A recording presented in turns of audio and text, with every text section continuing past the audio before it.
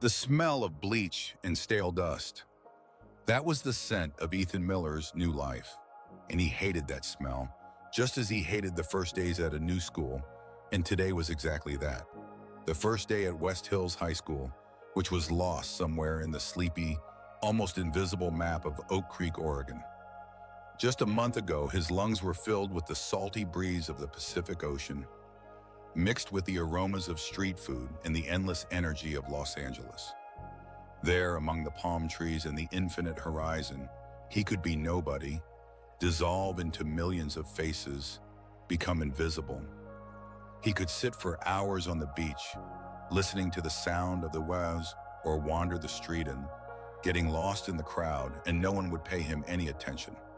Here, in this tiny town where everyone knew everyone, and rumors spread faster than wildfire, he was a target. A new, shiny target that was about to become the object of someone else's curiosity, and then, inevitably, mockery. He felt it, every cell of his body, from the tips of his fingers to the roots of his hair, in every nervous twitch of his muscles, in every rapid heartbeat. The lanky 15-year-old, whose tousled chestnut hair constantly threatened to fall over the large lenses of his thin frames, stood before the massive, almost intimidating red brick building. His school jacket, too loose even for his slender frame, felt heavy like armor, yet offered no sense of protection. He nervously tugged at its hem, feeling the fabric scratch against his wrists. Every rustle behind him, every laugh drifting from the parking lot, made him flinch. In Los Angeles, he was a nerd, a bookworm, but at least there they left him alone. He could blend into the crowd, become invisible. Here he felt that everything could go differently. He felt it in the tension in his shoulders, in the slight tingling at his fingertips, in how his heart pounded deep in his chest like a trapped bird desperately beating against its ribs, threatening to break free.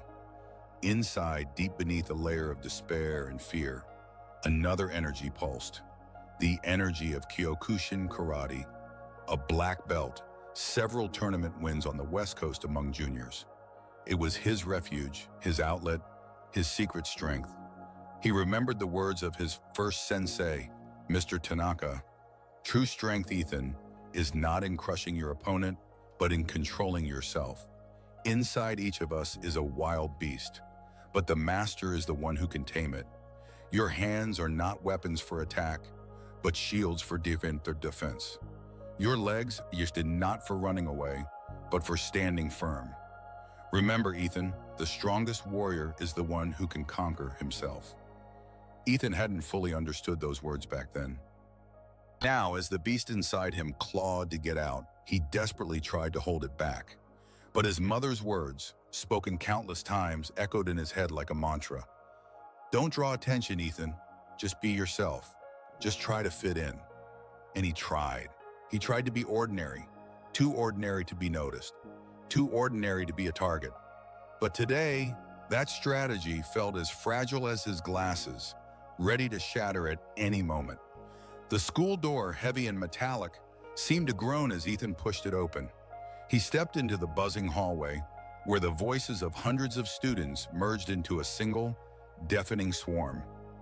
Everyone rushed to the morning assembly, their laughter and chatter bouncing off the walls, creating a cacophony that rang in his ears. Ethan tightened the straps of his backpack, trying to make himself smaller, less noticeable. He found his 9th grade classroom. Evelyn Reed, their homeroom teacher, was already standing at the board, her soft yet perceptive eyes scanning the class. She was a woman in her 40s, with a kind smile and hair the color of autumn leaves. Ethan felt a slight relief at her presence. She seemed like an island of calm in this ocean of unfamiliar faces. "Good morning, class," Miss Reed said, and the voices in the classroom gradually quieted down. "We have a new student today. This is Ethan Miller. He just moved here from Los Angeles. Please help him settle in." 28 pairs of eyes stared at him. Ethan felt his cheeks flush and his ears burn. He awkwardly waved his hand and mumbled, "Hi." A few people nodded in response, most just continued their conversations. But in the far corner of the class, a group of boys was watching him with undisguised interest. Among them stood a tall, sturdy guy with a short haircut and a self-assured smirk, Jake Harper. His reputation preceded him, reaching Ethan even before he stepped through the doors of this school. Jake was the unofficial king of West Hills.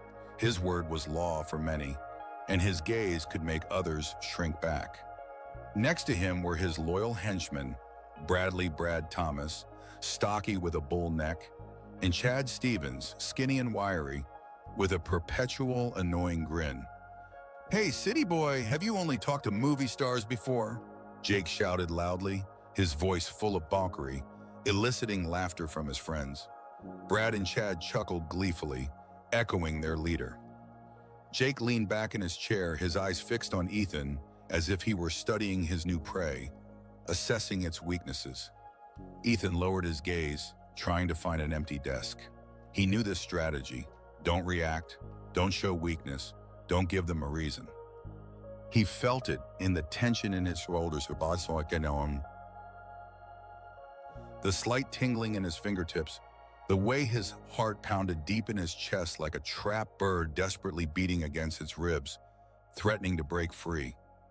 He sat down at an empty desk in the middle of the class, trying to blend into the background, to become part of the wall. The first day of school passed relatively quietly. Jake and his friends limited themselves to a few mocking comments and disdainful looks. Ethan felt their stares on him like physical pressure, like invisible needles pricking at his skin, but he tried not to show it. He answered the teacher's questions quietly but confidently. His grades were impeccable, which only added fuel to the fire of Jake's curiosity and then irritation. Every correct answer seemed to intensify their dislike, as if he were unwittingly taunting them with his intelligence. Maybe it will be okay, Ethan thought hopefully as he gathered his books after the last class. This thought was fragile, like an autumn leaf, and he knew the wind could tear it away at any moment. He walked slowly down the hallway, trying to blend in with the flow of students. His backpack felt unbearably heavy, as if filled with stones. But at the end of the hallway, they were already waiting for him. 3, Jake, Brad, and Chad. They stood blocking the passage, their silhouettes appearing huge and threatening in the light of the setting sun streaming through the windows. "Hey, Miller," Jake called out, his voice low and menacing, like a predator's growl. "How about a traditional initiation for the newbie? We here in Oak Creek love to welcome new people in a special way. Not like in your Los Angeles where everyone is such a softie, just drinking smoothies and sunbathing." Ethan tried to sidestep the group of boys, but Brad, stocky and broad-shouldered, blocked his way. His massive figure seemed like a wall with no escape. Chad, the skinny and wiry guy with the annoying grin, snatched Ethan's backpack from his hands and dumped its contents onto the floor. Textbooks, notebooks, a pencil case with pens. Everything scattered across the hallway amid the laughter of those around. The sound of falling items, the rustle of pages, the clatter of pens on the linoleum. Each sound felt like a blow to his heart. His history notebook, neatly filled with his handwriting, landed right in a puddle left by one of the students, its pages instantly soaking up the dirty water. "Oh, how careless we are," Jake said mockingly, stepping on the algebra notebook. He pressed it down with his foot, slowly grinding the cover as if he were crushing in a bug. "Let me help you pick that up." He kicked the physics textbook with a swing, sending it flying against the wall with a dull thud, leaving a dirty mark on the white paint. Several students passing by stopped to watch. Their eyes were filled with curiosity, some with fear, but no one intervened. The silence, broken only by the laughter of Jake and his friends, felt deafening. Ethan silently began to gather his things. His hands trembled, but he tried to keep them steady. He felt his face burning with shame, while inside everything tightened with helplessness. One thought pulsed in his mind: don't react. In his previous school, he had learned to be invisible, to show nothing, to keep his emotions bottled up, even when everything inside was boiling with rage and humiliation, when blood rushed to his temples and a lump formed in his throat. "Swallowed your tongue, city boy?" Jake grabbed Ethan by the shoulder and sharply turned him towards himself. His grip was strong, almost painful. Ethan felt his muscles tense under Jake's fingers, how his shoulder ached.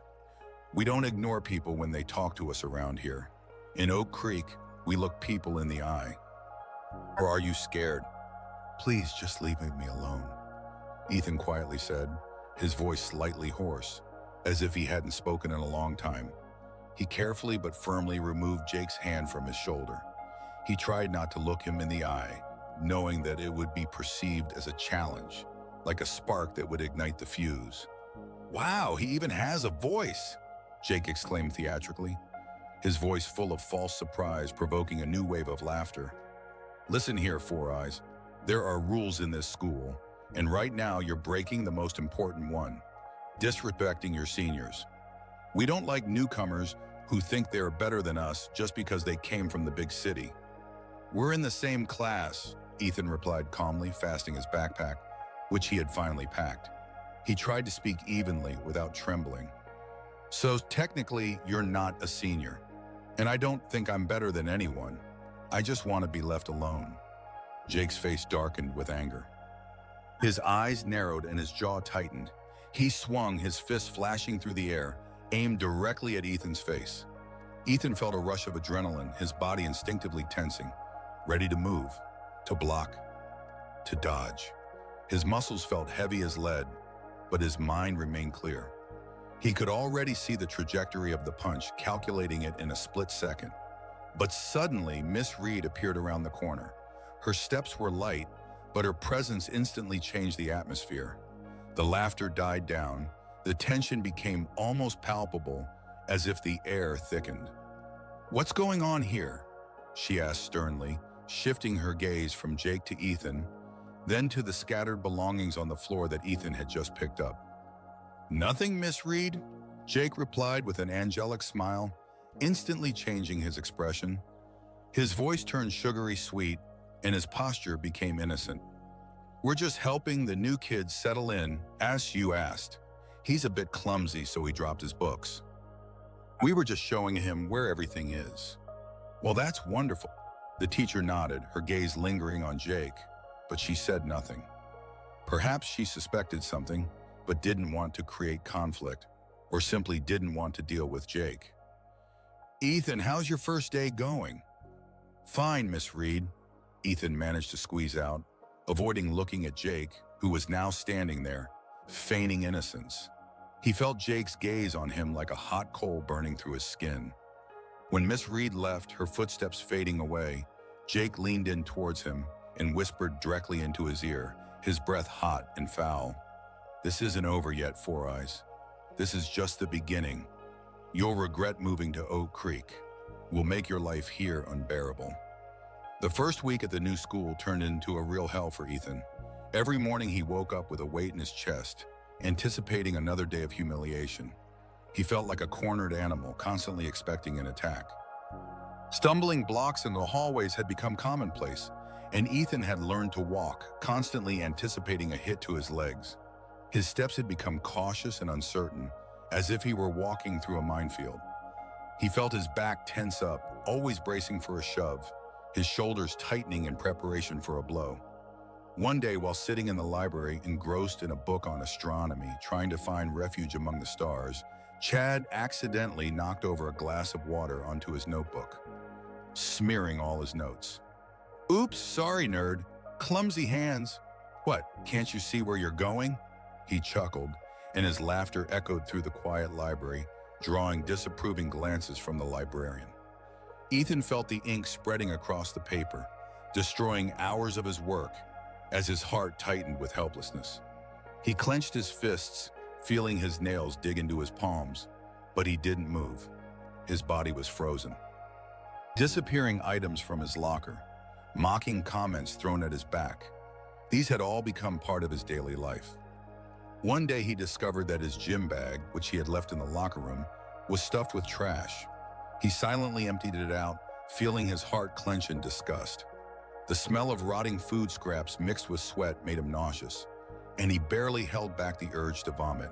Jake and his friends used the full arsenal of school bullies, from petty pranks to outright taunts. Ethan felt his soul slowly but surely thinning, like paper being burned at the edges. He began to sleep less, lost his appetite, and at night he was tormented by nightmares in which he was trapped, with hundreds of laughing faces staring at him while he couldn't move. But the worst was in the cafeteria on Tuesday. Ethan, holding a tray with a bowl of hot tomato soup and a glass of apple juice, was searching for a free seat. His gaze skimmed over tables full of laughing faces, and he felt invisible, like an outsider. He spotted an empty chair by the window and headed toward it, hoping to be left alone there. At that moment, Chad discreetly stuck out his leg. Ethan lost his balance. The tray flew from his hands. The hot soup, bright red, spilled over his school uniform, burning his skin through the thin fabric of his shirt. He felt the warmth, then the burning spreading across his chest like acid seeping deep inside. The glass of juice shattered with a deafening crash, shards scattering across the floor. The cafeteria erupted in laughter. Hundreds of voices merged into a single cruel chorus. Ethan stood there, drenched in soup, with wet hair, feeling something sticky trickling down his face. The humiliation was so intense that he felt his eyes sting, and a lump rose in his throat, as if he had swallowed a stone. He wanted to scream, but his voice was trapped deep inside. He felt his body trembling, his muscles tensing with repressed rage, as blood pounded in his temples. Jake, watching the scene with satisfaction from his seat, loudly commented, "Look, the city kid can't use a spoon. Maybe we should give him a fork, or just send him straight to the pigsty. He's a pig." Ethan couldn't respond. He just stood there, head down, feeling the weight of hundreds of curious, mocking, and sometimes sympathetic gazes on him. He wanted to sink through the floor, to disappear. He didn't see Miss Reed sitting at the teacher's desk, frowning but saying nothing. She merely shook her head, as if resigned to the inevitable, as if this were part of school life that couldn't be changed. Ethan simply took his tray and left, leaving behind a wet red trail that followed him like a shameful mark. He walked, feeling each step resonate with pain in his soul as his lungs burned from suppressed sobs. Every evening, returning home, Ethan locked himself in his room. The smell of soup on his clothes haunted him, seeping into his skin, his hair, his thoughts. He would drop his backpack, take off the humiliation-soaked uniform, and approach the punching bag that his mom had allowed him to hang up. This was his only outlet, his way of letting off steam without harming others. A punch, another punch, a turn, a kick. The movements, honed to perfection over years of training, helped him not to lose it, not to lose control. Sweat dripped down his face. His muscles burned, but this physical pain was nothing compared to the pain in his soul. He envisioned the faces of Jake, Brad, Chad, and each strike was an attempt to beat out the accumulated anger and humiliation. He hit until his fists began to ache and his lungs burned. Only then did he feel some relief. Sometimes, when his strength left him, he would simply fall to the floor, leaning against the cold wall, and silently cry, feeling the tears burn his cheeks. He whispered to himself, "I can't go on like this. I can't. Why can't I just be normal? Why can't I just stand up to them?" "Ethan, are you okay?" his mom would ask, her voice full of concern. She often peeked into his room, noticing his dull gaze, his silence at dinner. She saw how he flinched when he heard the phone ring, how he avoided looking people in the eye. "How's it going at the new school? You seem withdrawn. You hardly eat. You've lost weight. You look pale." "Just getting used to it, Mom," he replied, trying to sound upbeat, but his voice came out flat, as if he were speaking from underwater. He didn't want to burden her with his problems. She already had enough on her plate. After the divorce from his father, who moved to another state and hardly supported them, she worked 2 jobs, as a waitress at the local cafe Cozy Corner and as a janitor at West Hills School, just to make ends meet in their new town. Her exhaustion was evident in the dark circles under her eyes, in how she sometimes fell asleep right at the table after coming home late at night, her head drooping to the side, her breathing deep and intermittent. Ethan felt guilty for being yet another problem. another burden for her. He saw how hard she worked for him, how her hands, once gentle and smooth, were now rough and red from labor. He saw her at school, mopping the hallways, her back bent, her movement slow. This sight squeezed his heart, filling him with a sense of helplessness and anger. He had to be strong for her. He had to protect her from his problems. He had to protect himself. He had to become someone who doesn't break. Memories of Los Angeles flooded back to him, of his first sensei, the old, wise Japanese man, Mr. Tanaka, who taught him not only karate, but also philosophy. True strength, Ethan, is not in crushing your opponent, but in controlling yourself. Inside each of us is a wild beast, but the master is the one who can tame it. Your hands are not weapons for attack, but shields for defense. Your legs are not for running away, but for standing firm. Remember, Ethan, the strongest warrior is the one who can conquer himself. Your spirit must be unshakable like a mountain, and your actions swift like lightning. Ethan hadn't fully understood these words back then. Now, as the beast inside him threatened to break free, as rage and humiliation loomed to consume him, he desperately tried to hold it back, clinging to every word of his sensei. He envisioned his calm face, his wise eyes, and that gave him strength. He recalled how Mr. Tanaka made him meditate for hours to learn to control his mind, his emotions. The mind is your strongest tool, Ethan. Use it. On Thursday, the situation escalated to the breaking point. After gym class, when everyone was changing in the locker room, Jake approached Ethan's locker. Ethan felt his presence even before he saw him. A cold shadow fell over him, and he felt the hair on the back of his neck stand up. He tried not to look up, focusing on tying his shoelaces, his fingers trembling, and his heart pounding in his ears. "Wow, all straight A's," Jake exclaimed, pulling his report card from the locker. He held it like a trophy, waving it in front of the other guys who immediately gathered around, anticipating the spectacle. "Guys, we have a real nerd here. He probably studies all night while we live it up. What if he's just copying? Or maybe his mom does his homework for him. What's up, Miller? Does mommy help you be smart?" "Please give it back," Ethan asked, extending his hand. His voice was quiet, but it carried a note of desperation he couldn't hide. He felt his heart constricting with pain, as if it were being squeezed in a vice. "Please, give it back!" Jake mimicked him in a high-pitched voice, mocking his tone. "Let's see how smart you really are." He pulled out a pen and began writing something in the notebook. Ethan stepped forward, but Brad and Chad immediately positioned themselves between him and Jake, their faces full of anticipation, their eyes gleaming with malice. "Math, English, physics?" Jake mumbled, flipping through the pages, his eyes darting over the grades. "Oh, look at our nerd with some absences." He started marking missed classes that weren't even there, and drawing caricatures in the margins. Ugly, malicious faces resembling Ethan, with huge glasses and skinny arms. He even drew him lying in a puddle of soup, with the caption, "Ethan the Soup Boy." He laughed uproariously, and his friends echoed him. Something inside Ethan began to boil. 7 years of discipline, control, meditation, all cracking under the pressure of accumulated humiliation.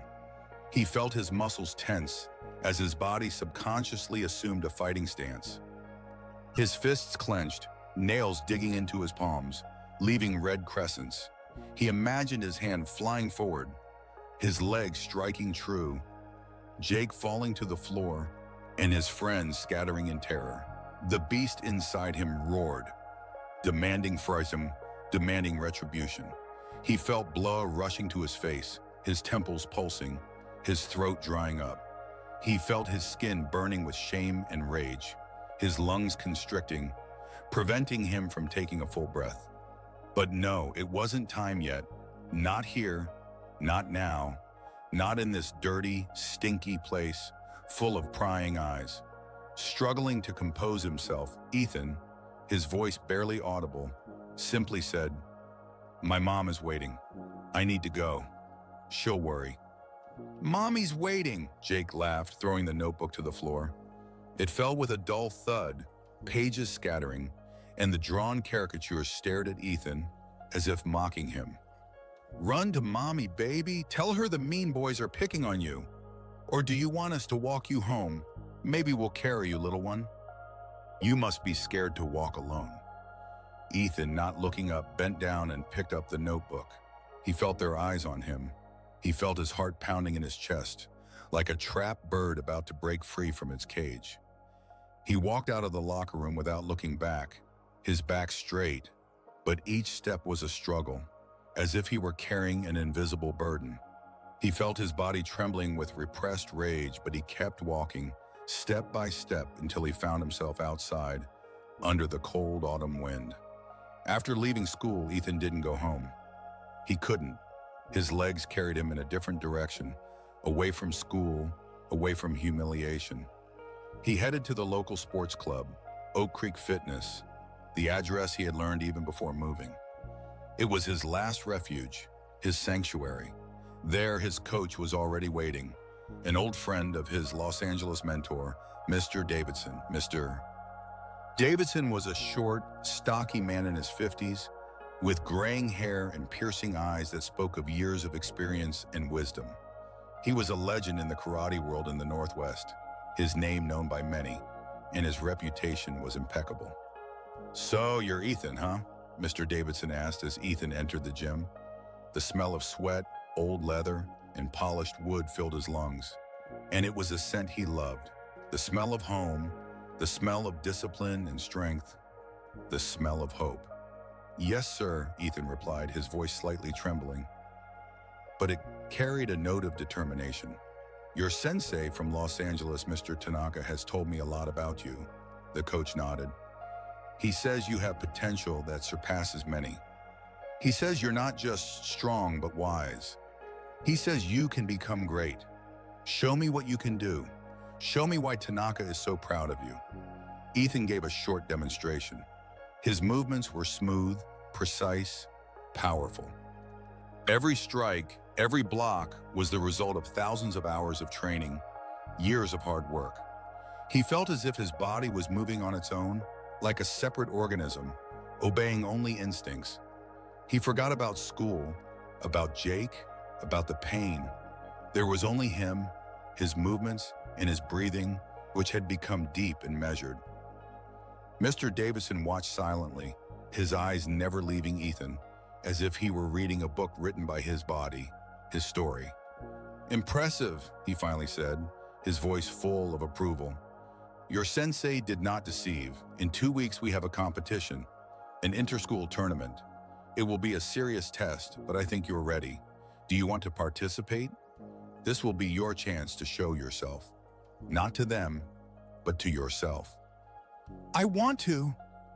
Ethan nodded, his voice full of determination, and his eyes burned with fire. "I really want to." This was his only hope. The opportunity to feel strong again, to control the situation, to reclaim what had been taken from him. He felt something new awakening within him, something he had suppressed for so long. It was a feeling of freedom, a sense of control over his destiny. That night, Ethan hardly slept. The situation at school was getting worse, and he understood that it couldn't go on like this for long. His patience was wearing thin. He lay in the dark, listening to the sound of the wind outside, and reflected. He recalled Mr. Tanaka's words. "Karate is primarily an art of defense, not attack. But defense does not mean surrender. Defense means standing firm when others try to break you. Defense is not only a physical action, but also the strength of spirit that allows you not to break. Your spirit must be unwavering, like a mountain, and your actions swift, like lightning. Remember, Ethan, the strongest warrior is the one who can conquer himself. The one who can control his anger, his fear." "But what if I can't?" he whispered into the darkness. "What if I lose it? What if I hurt them? I don't want to be like them." He imagined the faces of Jake, Brad, Chad, their mockery, their cruelty. He felt anger rising within him again, like a wave. He clenched his fists, feeling his nails digging into his palms. "But if I do nothing, they will continue. They will bully others, those who are weaker, those who cannot stand up for themselves. He saw his mother's face before him, her tired eyes, and understood that he could not allow himself to break. He had to be strong for her. He had to protect her from his problems, from his pain. He had to protect himself. He had to become someone who does not break, who stands firm. He had to find that line between defense and surrender, between strength and cruelty, and he knew that the only way to find it was to act. The next day, Friday, a turning point occurred. During the big break, when Ethan was sitting in a far corner of the schoolyard under an old oak tree, reading a book on quantum physics and chewing on a sandwich, a girl from the parallel class approached him, Sarah Wilson, a quiet honor student with a blonde braid who always kept to herself. Ethan had seen her in class but had never spoken to her. She looked like a fragile flower, but there was a certain inner strength in her eyes that was magnetic, like an invisible force. "Hi, you're Ethan, right? The new kid." She shyly smiled.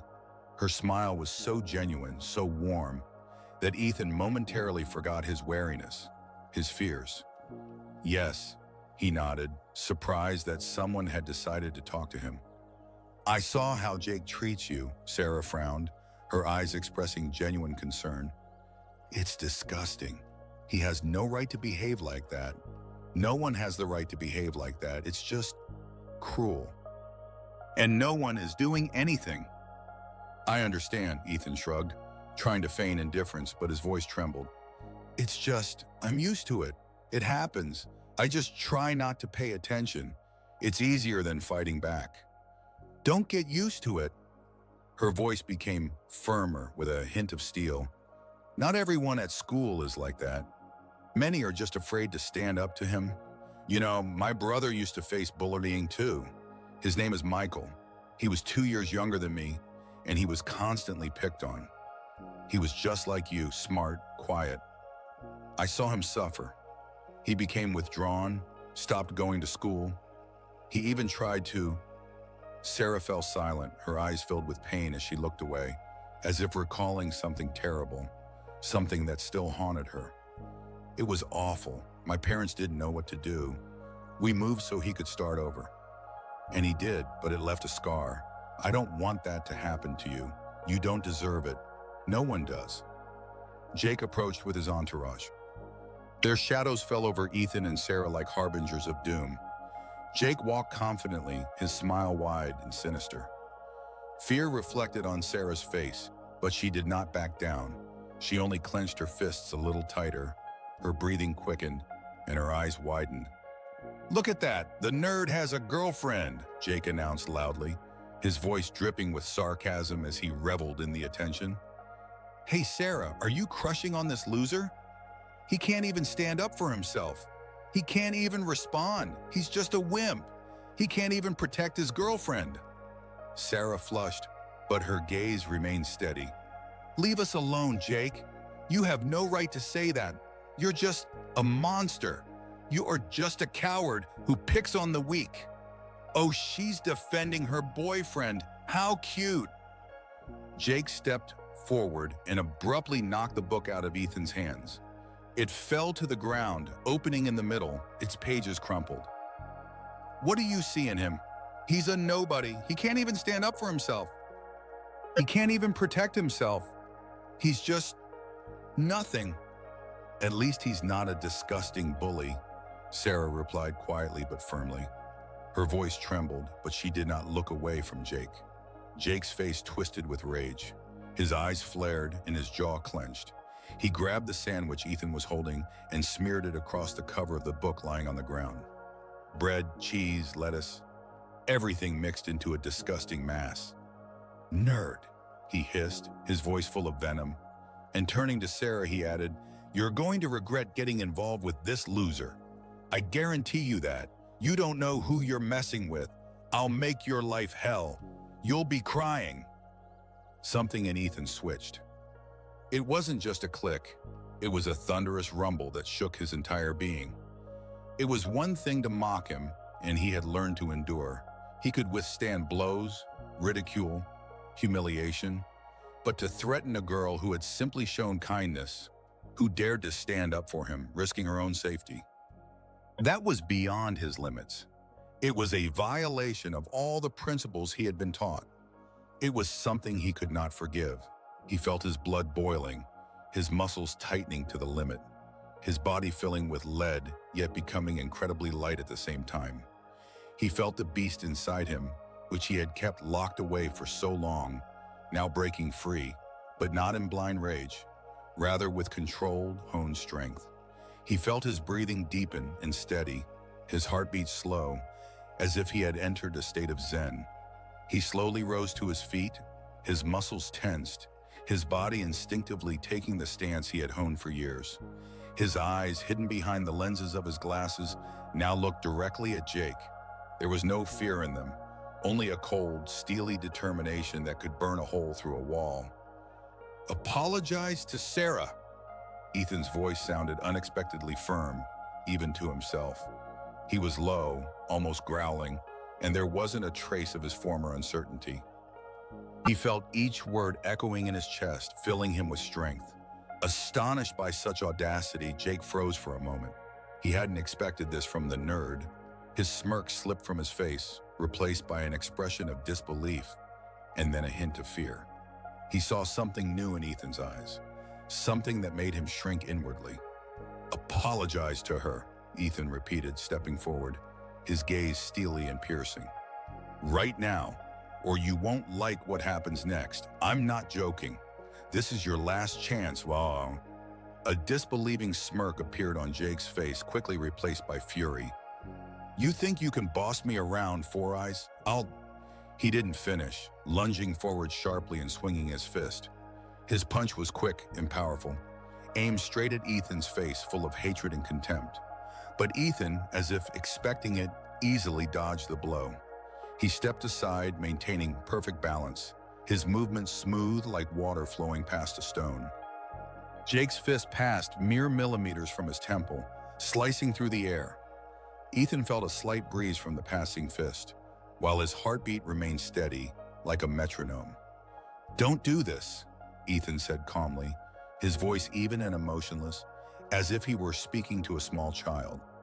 "Just apologize and walk away. This isn't your fight, and you don't want it to become yours. Trust me, you'll regret it."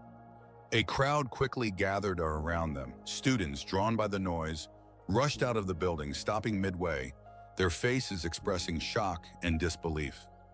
No one could believe that the quiet newcomer dared to stand up to the school's main bully. A whisper ran through the crowd like an electric charge. "What is he doing? Is he insane? Jake will kill him. He doesn't know who he's messing with. This is the end for him." Jake, even more enraged by his miss, lunged forward, trying to grab Ethan by the collar. His eyes burned with fury and his face was contorted. But his hands met only air. Ethan slipped away again, moving with unexpected ease and grace, like a dancer avoiding collision. Like a ghost. "Coward!" Jake shouted, attacking again, his blows wild and filled with blind rage. He swung his fists, trying to hit Ethan like a wild beast. This time, Ethan didn't dodge. He blocked the punch with a sharp movement of his forearm, his arm as solid as stone, his muscles tensed. The sound of bone hitting bone was dull but palpable, and Jake cried out in pain, pulling back his hand. Ethan seized his arm and, with one smooth, almost invisible motion, twisted it, applying a lock that made the bully bend from sharp pain. Jake hissed, his face contorted. He fell to one knee, clutching his wrist, his breath coming in gasps. "I don't want to fight," Ethan said quietly, his voice barely audible, but each word sounded clear and authoritative. "But I won't let you humiliate anyone anymore. Not her, not anyone else. This ends now. Your power here is over." He released Jake's hand and stepped back, giving him space. Jake looked incredulously at the lanky guy who had just effortlessly neutralized his attack. His eyes were filled with a mix of pain, shock, and rising fear. He tried to get up, but his body trembled.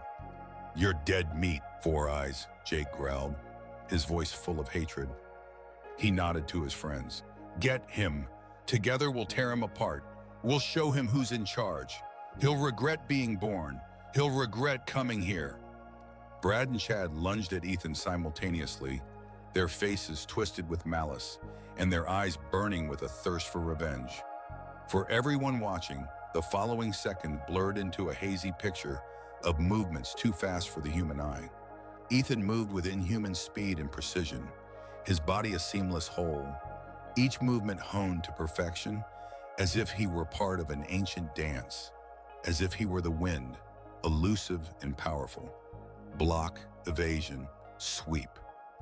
Brad, who charged in first, felt a sharp blow to his leg, his balance disrupted, and he crashed to the ground, knocking the air out of his lungs. He tried to get up, but his leg hurt, and his head was spinning. He lay there, gasping for air, his eyes filled with pain and confusion. Chad, attacking from the other side, received a precise hit to the solar plexus. He doubled over, trying to catch his breath. His face turned green, and his eyes bulged from their sockets. He fell to his knees, coughing and gasping for air like a fish thrown ashore, his body trembling. The schoolyard froze in deafening silence. No one could believe their eyes. The quiet newcomer, whom everyone had mocked, had just taken down 3 bullies with apparent ease. Whispers turned into astonished gasps, and then the first applause began to sound.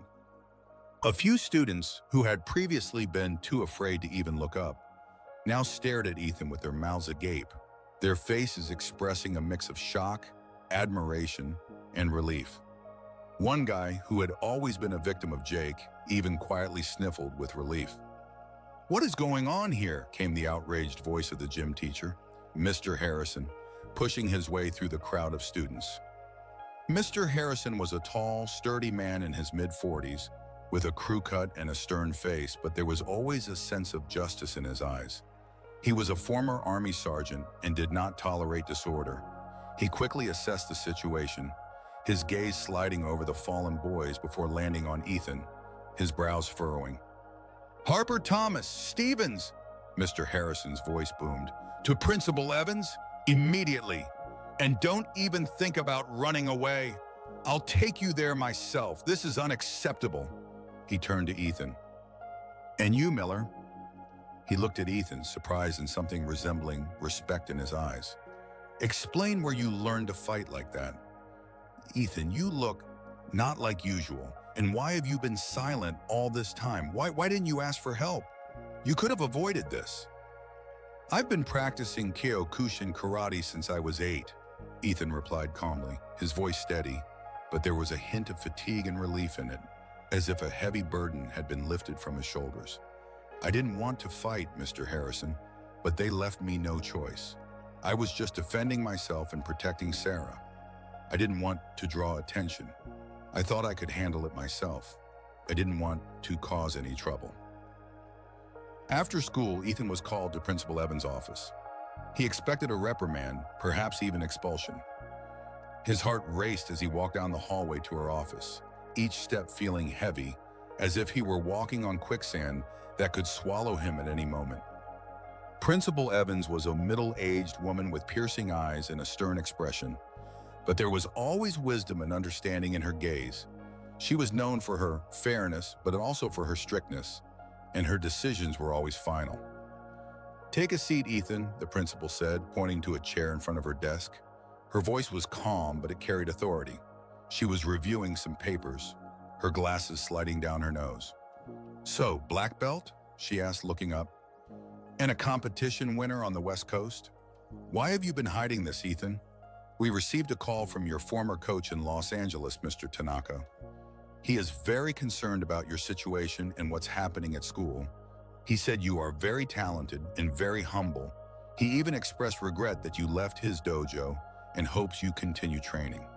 "Yes, ma'am," Ethan nodded, surprised that the principal knew about his achievements, and even more so that Mr. Tanaka had called. "I didn't want to draw attention. My mom always said it's better not to stand out, to be like everyone else. She didn't want me to have problems.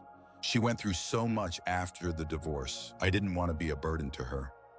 The principal thoughtfully tapped her fingers on the desk. The sound of her fingers was the only noise in the office, creating a tense silence. Ethan, I understand your motives, and I understand that you were cornered. Bullying is a serious issue, and we will not tolerate it in this school. Mr. Harrison told me what happened, and the testimonies of other students confirm Sarah's words. You did the right thing by defending yourself and others. You showed courage that many adults lack. We don't have a karate section at school, but we do have a self-defense club. Mr. Harrison runs it. He says you have excellent technique and reaction. How about helping him with the younger classes? You could be a great mentor and teach other kids how to stand up for themselves without resorting to violence, how to control themselves. This is very important. Your experience could save other kids from what you went through. You can be an example for them. These words caught Ethan off guard. He expected punishment, not an offer. His eyes widened in surprise. You want me to teach? Assist, the principal corrected, smiling. Her smile was warm and sincere, and Ethan felt his heart fill with hope. I think this will be a good alternative to punishment for the fight. You will help others, and it will help you. As for Harper and his friends, they are suspended for a week. Upon their return, they will be doing community service at school, cleaning the yard, helping in the library, supervising in the cafeteria. And believe me, Ethan, I will personally ensure that the bullying does not happen again. I don't want anyone in this school to feel the way you felt. We will create a safe environment for everyone. That is my priority. That is what I am responsible for. When Ethan left the principal's office, Sarah was waiting for him in the hallway. Her face was full of concern, her eyes glued to the office door as if she was waiting for a verdict. So, did you get in trouble? She asked, her voice filled with worry, almost a whisper. Actually, no. Ethan still couldn't recover from the surprise. He told her everything, his voice filled with joy and relief, as if he had just won $1 million. I was asked to help with the self-defense club. Can you believe it? I'm going to teach kids. I can't believe it. It's just incredible. Seriously? Sarah beamed, her eyes sparkling like two bright stars. That's amazing. Ethan, you're a hero. I've always wanted to learn how to stand up for myself. My brother, he never could. He's still scared. Maybe you could sign me up, Ethan suggested, feeling a flush rise to his face. He suddenly felt awkward, but her smile was so infectious that he couldn't look away. Definitely, she smiled, her eyes shining. Just promise not to throw me on the floor like those three. I don't want to end up on the floor with a broken nose. Otherwise, my mom will kill me. She's very strict, especially after what happened with Michael. She laughed, and her laughter was light and ringing, like a bell chasing away the remnants of anxiety. I promise, Ethan laughed, and it was the first genuine laugh he had had in a long time. He felt the weight that had been pressing on him begin to lift, as if a huge stone had rolled off his shoulders. He felt light, almost weightless, as if he could fly. On Monday, Jake and his friends returned to school. They clearly avoided Ethan, steering wide around him in the hallways. Their confidence had vanished, replaced by gloom, wariness, and even a hint of fear. The news of what had happened spread through the school like wildfire. Ethan, the nerd, had taken down 3 bullies. It was incredible. Students who had once feared Jake now looked at Ethan with respect, and sometimes even admiration. Some even approached him to say thank you, or just nodded in acknowledgement. The atmosphere in the school had changed. The bullies' laughter grew quieter, their stares less brazen, and the victims of bullying began to feel a little more confident. During the big break, something unexpected happened. Jake approached Ethan when he was alone, sitting on a bench in the yard, reading a book on astronomy. His steps were hesitant, and his gaze avoided meeting Ethan's. He looked anywhere but at him. He appeared disheveled, as if he had just been pulled out from under a truck. His shoulders slumped, and his hands nervously fiddled with the edges of his jacket. Listen, Ethan, he began, his voice low and slightly hoarse, as if he was struggling to speak. He shifted nervously from foot to foot, his hands clenched into fists, then relaxed, as if he was battling himself to find the right words. About that day, I went too far. And really, with all of this, I was wrong. I shouldn't have acted that way. I was a jerk, I know. Ethan looked at him in surprise. He expected anything. A new threat, an attempt at revenge, but not an apology. He saw in Jake's eyes not only fear of punishment, but also something resembling genuine regret. It was a strange new feeling, empathy for his tormentor. "Don't get carried away," Jake muttered, noticing Ethan's gaze. His face flushed. "It's just that I have probation from the principal. One more stunt and I'll be expelled. And I can't get kicked out of school. My dad, he'll kill me if I get thrown out.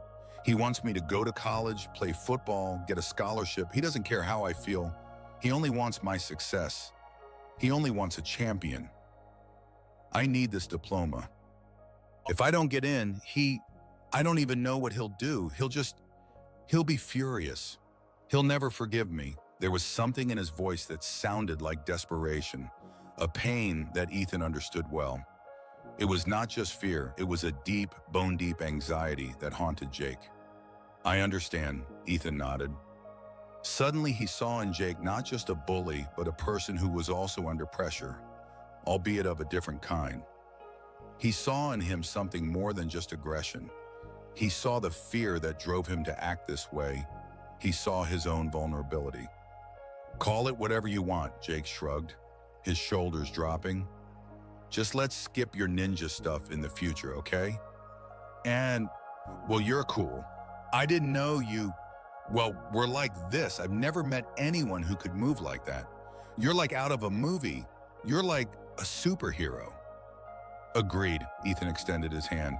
After a moment's hesitation that felt like an eternity, Jake shook it. His handshake was strong, but this time without aggression. There was a strange new sincerity in it. The next few weeks, Ethan's life at West Hill School changed beyond recognition. From a quiet outsider, he transformed into one of the most respected students. He no longer hid in the shadows, nor avoided gazes. He became himself, the real Ethan Miller. The self-defense club became unexpectedly popular, especially among those who had previously been bullied themselves. Ethan enthusiastically assisted Mr. Harrison, teaching younger students the basics of Kyokushin karate, but emphasizing self-control and protection. He held classes twice a week, on Tuesdays and Thursdays, after school in the old school gym, which now seemed filled with new energy. "Your strength is not for attacking," he told them, his voice confident and calm. "Your strength is for protecting yourself and those who are weaker. And most importantly, your strength is in your spirit, in your ability to not give up, in your resilience, in your belief in yourself." He showed them simple but effective techniques, explaining how to use an opponent's momentum, how to maintain balance, how to breathe to control their emotions. He saw their eyes change, how they became more confident with each lesson. He remembered how scared little Timmy was when he came for the first time, his hands shaking and his eyes filled with tears. Now Timmy could perform basic blocks and even smiled. His shoulders straightened and his gaze became more assured. He even started helping other newcomers. Mr. Harrison often watched Ethan, his face expressing approval. "You are a born teacher, Miller," he once said. "You understand that it's not just about the punches, but also about the mind." Sarah became his regular training partner. She was diligent and learned quickly, her movements becoming increasingly precise. Their friendship blossomed into something more. They spent not only training sessions together, but also lunch breaks, discussing books, movies, and dreams for the future. One day they were discussing Dune, and Ethan was amazed at how deeply she understood the philosophical aspects of the book, its ideas about fate and free will. He felt his heart start to race when she smiled at him, how his palms would sweat when he accidentally touched her hand. He had never felt anything like this before, and it was both exciting and a little scary. He caught himself thinking about her while reading books, while training. He noticed how the sunlight danced in her hair, how she scrunched her nose when she was focused, how her laughter sounded like a melody. One day while they were practicing blocks, Sarah laughed and said, "You promised not to throw me to the floor like those three. I trust you, Miller." Ethan laughed, feeling his heart fill with joy and tenderness. They began to walk home after school, simply talking about everything under the sun, about their families, summer plans, and how they both liked Oak Creek. Jake kept his word. He no longer bullied Ethan or the other students. Sometimes Ethan noticed Jake stopping other, smaller bullies who tried to pick on newcomers. One day he saw Jake pull Brad away, who was trying to take lunch from a first grader. "Leave him alone, Brad. We don't do that anymore. It's not cool, don't you get it?" Ethan heard. Another time, Jake stood up for a girl who had her ball taken on the playground, returning it to her. "That's her ball, give it back," he said in a firm voice, and the bullies immediately backed off. He was changing, slowly but surely, and it was evident not only to Ethan, but to the whole school. One day after gym class, as Ethan was packing his things, Jake approached him. His face was serious, and there was a new, unfamiliar humility in his eyes, almost insecurity. "Listen, Ethan," he began, his voice almost shy, as if he was afraid someone would hear him. "I've been thinking. You said you could teach me a couple of moves. Just don't tell anyone, okay? My friends, well, in general, I don't want everyone to know. I need to get stronger. For real. Not like before when I just bullied. I want to be strong like you." Ethan smiled. He saw in Jake not just a former bully, but a person searching for his path, wanting to change, seeking true strength. On Wednesday after school, in the gym, just promise to use them only for self-defense, and that you will never use them to bully someone. Never. Your strength should serve good. You should be the one who protects, not the one who attacks. "Deal," Jake nodded seriously, and in his eyes, Ethan saw something new. Respect, sincerity, and even hope that was just beginning to sprout. Their secret training sessions on Wednesdays became something special for Ethan.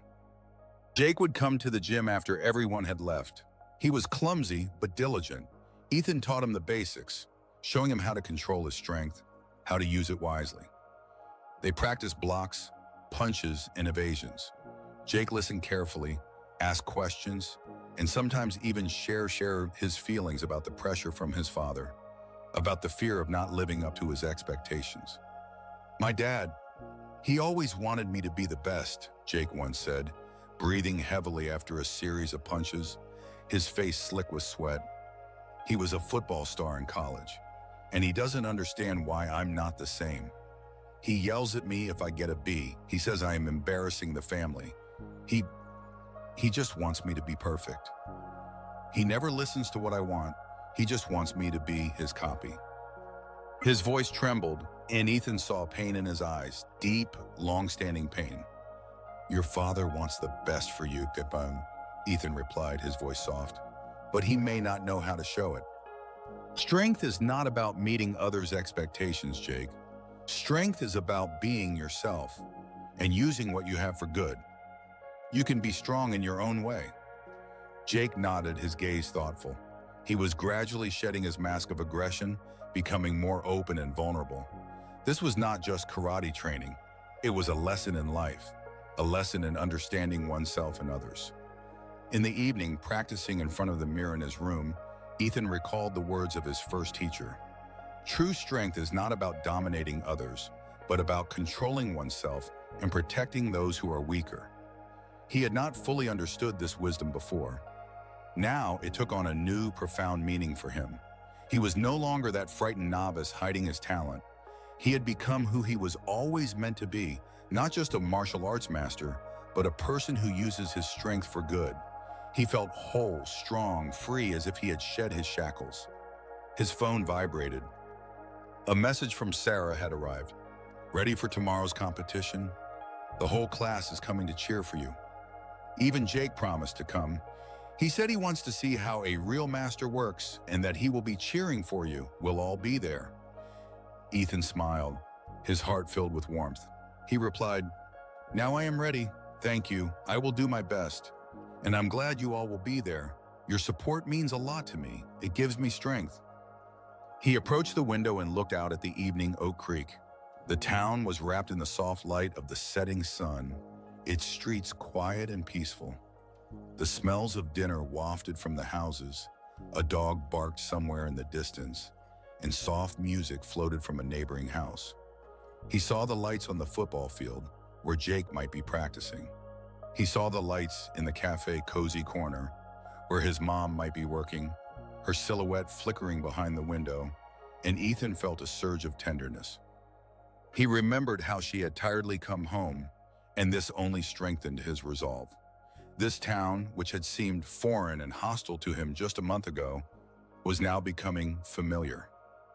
He no longer felt provincial longing, only warmth and comfort, a sense of home. Here he had finally found his place, no longer hiding, pretending, or running away from himself. Ethan Miller, a master of Kyokushin karate, was no longer afraid to show the world who he truly was. He was unbroken. He was ready. The next day, Saturday, the West Hills gym was packed. The air buzzed with anticipation. The scent of sweat, sports ointments, and popcorn blended into a single aroma of competition. The Interscholastic Kyokushin Karate Tournament was an annual event attracting the best young fighters from all over Oregon. Ethan felt a slight excitement, but it was pleasant, familiar, like before stepping onto the tatami in Los Angeles when he was just a little boy starting his journey. He warmed up, feeling every muscle, every joint. His body was a perfectly tuned instrument. His breathing was deep and measured, his mind clear. In the crowd, he noticed familiar faces. Sarah sat in the front row, her eyes shining, holding a sign that read, "Go, Ethan, you're the best." Next to her were his classmates, even Brad and Chad, who looked a bit awkward but still came, their faces expressing curiosity. And, to Ethan's surprise, in the back row he saw Jake. He sat with his arms crossed over his chest, but his gaze was fixed on Ethan, revealing something more than mere curiosity, respect, and even pride. Ethan fought 3 matches. Each was a challenge. The first opponent was quick as lightning, his strikes sharp and unexpected. The second was strong, his muscles rippling beneath his skin, and each of his blows felt like a hammer. The third was incredibly resilient. He did not give up, no matter what. But Ethan moved with grace and precision. His blocks were impenetrable, his strikes lightning fast, his defense impeccable. He did not seek to crush his opponent, but merely to surpass him in skill, using his strength for control rather than destruction. He heard Sarah's shouts, her bright voice, the enthusiastic support of his classmates. He felt the energy of the hall fueling him. In the final, he faced a tall, muscular guy from Portland, known for his aggressive fighting style. His name was Marcus. Marcus was a head taller than Ethan, his arms thicker than Ethan's thighs, and his gaze was full of arrogance. The fight was intense. Marcus delivered powerful, sharp blows, trying to overwhelm Ethan with his mass cornering him. But Ethan remained calm. His movements were economical and precise, like water flowing around a stone. He dodged, blocked, found gaps in his opponent's defense, using his own strength against him. He felt his muscles burning, sweat trickling down his back, but his mind remained clear. Eventually, after a series of precise strikes, Ethan delivered a powerful kick to the torso, and his opponent retreated, breathing heavily, his face paling. The referee raised Ethan's hand. He had won. The hall erupted in applause. The deafening roar of the crowd filled the space. Ethan bowed to his opponent, then to the judges, then to the crowd, feeling his heart swell with gratitude. He felt tired, but it was a pleasant fatigue. The exhaustion of a job well done, of overcoming oneself. He approached Sarah, and she threw her arms around him, hugging him tightly, her eyes filled with tears of joy. "Ethan, you were magnificent," she exclaimed, her voice trembling with emotion. "I knew you could do it. You're the best." His classmates came over congratulating him. Even Brad and Chad approached to shake his hand, their faces full of respect, and there was not a trace of their previous malice in their eyes. Ethan looked at Jake. He came over, his face serious, but his eyes shone with genuine pride. "Congratulations, Miller," Jake said, extending his hand. You really are a master. I've never seen anything like it. You earned it this. You showed me what true strength is. Thank you." Ethan shook his hand. "Thank you, Jake. That means a lot. Thanks for coming." That evening, sitting at home with his mom, Ethan felt truly happy. His mom hugged him, her eyes full of pride, and a smile played on her face that he hadn't seen in a long time. "I'm so proud of you, Ethan," she said, her voice trembling with emotion. "You've become so strong, not just physically, but here." She placed her hand on his heart. "You've found your place, and you've helped others. I always knew you were special. I always believed in you." Ethan smiled. He told her about the self-defense club, how the kids were changing, how Jake had started training with him, about his struggle with his father. His mom listened attentively, her eyes shining, and she nodded in understanding. "You know, Mom," Ethan said, "I think Oak Creek is now our home. I feel good here. I feel needed here." His mom smiled, and her smile was the most genuine he had seen in a long time. "I think so too, sweetheart. I think so too. We are home here." Ethan approached the window and looked out at the night in Oak Creek. The town was asleep, wrapped in the soft glow of the moon. He saw the rare lights in the houses, heard the gentle whisper of the wind in the trees, the rustling of leaves, the distant barking of a dog. He no longer felt the provincial longing. He felt peace, he felt belonging. He saw the lights on the football field where Jake might be training, imagining his determination. He saw the lights in the cozy corner cafe where his mom worked every day, and his heart filled with tenderness and gratitude. He no longer felt lonely. Here in this small town, he had found not only a place to live, but a place to be himself, where his strength was accepted and used for good. Ethan Miller, a master of Kyokushin karate, was no longer afraid to show the world who he truly was. He was unbroken, and he was ready for any battle that lay ahead, because now he knew that true strength is not just in fists, but in the heart and spirit that never gives up.